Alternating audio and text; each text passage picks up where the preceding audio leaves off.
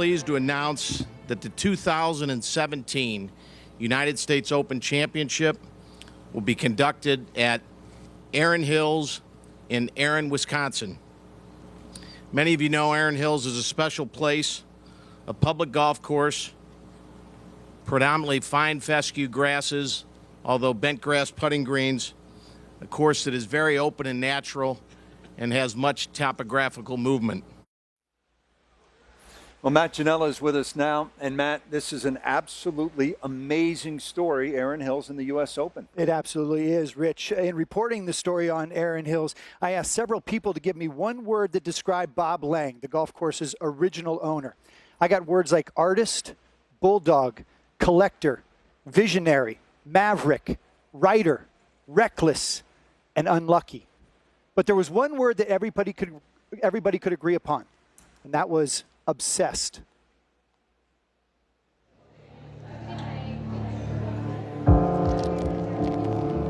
Obsession doesn't happen. You get up on Tuesday morning and said, I have an obsession. That's not the way that it works. It is an evolution. Bob Lang is a man of many obsessions. He fell in love with the town of Delafield, so he rebuilt it from the studs. When he needed to make ends meet, he created a calendar company that reached $65 million in sales. He liked Abraham Lincoln, so he amassed the nation's largest collection of Lincoln memorabilia. And he recently wrote an 800-page novel about the strong preying on the weak. The obsession that ultimately toppled Lang's legacy and fortune began as an improbable dream: to build a course on a Midwestern cattle farm that would go on to host a U.S. Open. And he's not even a golfer. Bob Lang is one of the most passionate, entrepreneurial, interesting, smart people I have ever met. Bob's a very complex guy, and his heart has always been in the right place. In 1999, Lang's initial vision was to develop a 9-hole course for his employees. Word of this got to Steve Tratner, a computer programmer and golf enthusiast who was the first to become obsessed with land destined for greatness.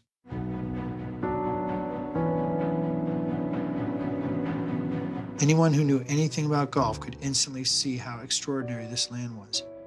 I was determined to do anything in my power to turn it into a golf course. All caps, it was meant to be a golf course, exclamation point. After months of incessant phone calls and letters, Tratner finally convinced Lang to option the property for $200,000. I pretty much ran the show until tragedy struck in January 2006, an entire other story. The other story is that Tratner is 10 years into a 35-year sentence for the murder of his wife. Yes, an entire other story indeed. Erin Hills might be a modest 9-hole course today had Lang not attended the 2000 U.S. Open, which is where he would acquire his ultimate obsession. The land we have at Erin Hills, in my opinion, is definitely better than the land at Pebble Beach. I looked at what we had. It doesn't take a rocket science to figure it out. That is where it was implanted in my mind. I remember the day when he brought up U.S. Open. And I said, seriously? And he said, I will get the U.S. Open. Lang hired Dr. Mike Herzen and his partner Dana Fry to build his course. Herzen and Fry partnered with Golf Digest Ron Whitten, who used his connections to the USGA to bring critical sets of eyes to the site. I still remember Mike saying, Ron, USGA is not going to take a U.S. Open to a $50 public golf course in the middle of Wisconsin. And I said, I know that, and you know that, but Bob doesn't know that. At Whitten's request, Mike Davis, then the USGA's director of the U.S. Open, agreed to tour the course early in 2004. So Davis, and who else is in the office? So who walks in? Tim Monahan, he used to be their agronomist. We're standing there. Mike Davis looks around. He said, you know, Tim, he said, this place kind of reminds me of Shinnecock Hills. And Tim said, no, Mike, This is Shinnecock Hills with, that's what he said. With Tim said this is Shinnecock Hills with balls. The next day, Bob decided to go to the bank and actually borrow some money to go ahead and build the golf course. This was in 2004. Credit, banks were throwing out like ever. You've got $11 million. Now, $11 million is like telling a little boy that's 12 years old and weighs 180 pounds and he wants another cookie, and you say to him, there's a cookie jar, I just filled it up, go take it. When he closed on the property, he came out here and he got down on his hands and knees and said, I dedicate my life to Erin Hills. The course was opened and blessed by the monks of neighboring Holy Hill in 2006. The women's amateur pub links was played in 2008, and after that championship, Davis made some minor suggestions that would improve the course. Those changes wouldn't have cost Bob a lot of money, and he went out and borrowed 10 times that much and made all these changes to the course. Mike Davis of the USGA never encouraged me to spend any money. He just said we would observe, and I said I'm going to do it. Now, at the height of his obsession, Lang would spend another $2 million in loans, plus his 3 children's inheritance on surrounding plots of land and a $3 million clubhouse, while ignoring the desperate needs of turf conditioning.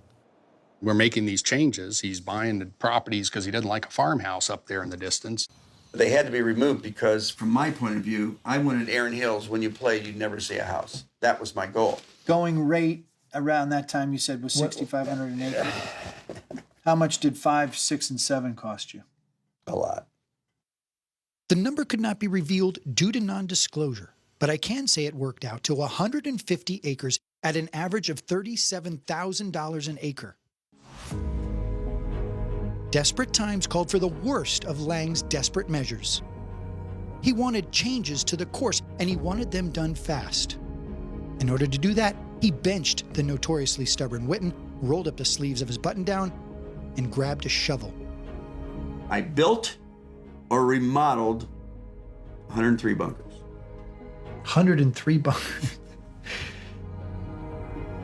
He was out on the course a lot with the shovel, on the tractors, and sometimes I kind of thought, like, what? Bob's out there in the bunkers with the workers, and we don't know whether they're going to meet payroll or not. Bob was hanging his hat on the fact that that big golf tournament would be coming at some point, but that doesn't pay the bills in the meantime.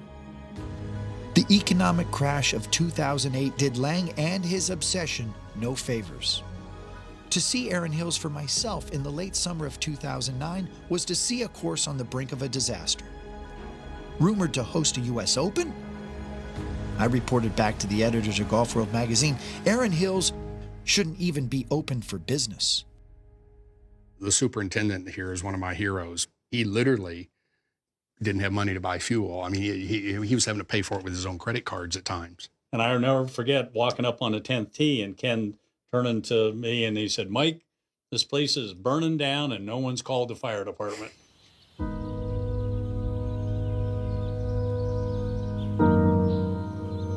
To spend my family's wealth for the passion of getting the U.S. Open.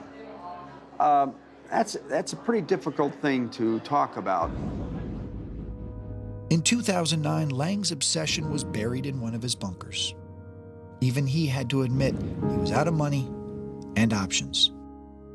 Late that year, Milwaukee billionaire Andy Ziegler bought Erin Hills from Lang for $10.5 million. Lang told me he put $26 million into the property. I really purchased Erin Hills to kind of save the chance of an Open for Erin Hills and for the state of Wisconsin. Ziegler is the one who came with the resources that I didn't have, and he was able to prepare Erin Hills for the U.S. Open. And I say to that, thank you, Andy Ziegler. In order for Lang to achieve his obsessive dream, he had to lose everything. The U.S. Open was awarded to Andy Ziegler's Erin Hills in 2010. If you try to write a novel with this cast of characters and all the things that happened here, I don't think you could do it as effectively as life itself. On Thursday morning, when the first tee of the U.S. Open is hit, where will you be? I'll be out on the course someplace. I'll be maybe standing up on the ridge above the bunkers. And when you watch this year's Open, imagine Bob Lang as I do, mowing the 18th fairway in his old John Deere, down in a bunker with a shovel, and he can't stop digging. I've done some things wrong in life in 72 years that I wish I wouldn't have done. I'm passionate and risky, a dreamer with a vision who doesn't accept the word impossible.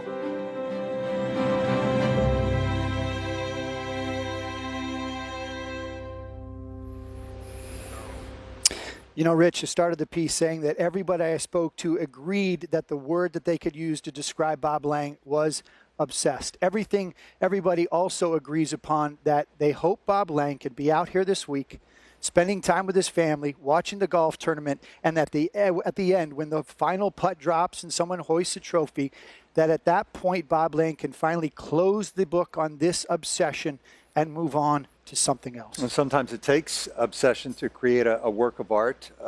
Bob was out here at Erin Hills today. What kind of a reception did he get, Matt? Yeah, I spoke to him before we came on set here today. He spent the whole day out here. He said he had a great time. He really enjoyed himself. He got a lot of people giving him pats on the back and handshakes. I said, "You enjoying your time out here?" He said, "Absolutely." I said, "Bob, if you could look back and do it all over again, would you do it?" He said, "Of course I would, but I'd do a few things differently." What's he doing these days? Is he bouncing back business-wise? Well, I think he's looking for another business. I think Bob is always looking for another business. As you can tell, he is a businessman in his heart, but he's also a grandfather. I think, he's not a golfer, so he's not playing much golf, but I think I wouldn't be surprised to hear that he's started another business very, very soon. It's kind of odd. I mean, it's a time to celebrate, but there's a little bit of sadness with this story. Steve Tratner's in jail, and Bob Lang, to a degree, is on the sidelines. By the way, Golf Digest recently came out with its top 100 public courses. How's Wisconsin doing on this list? This is pretty amazing. I mean, you think of California, and you're sure that California is, leading the way, given all that we know about that dramatic coastline and the history there.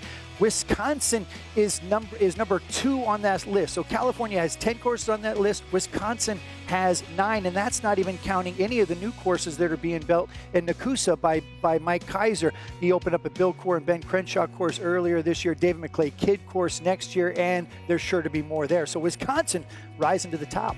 Bottom line, as Bob Lang said and saw, the land is really good out here in the heartland. That was a wonderful story.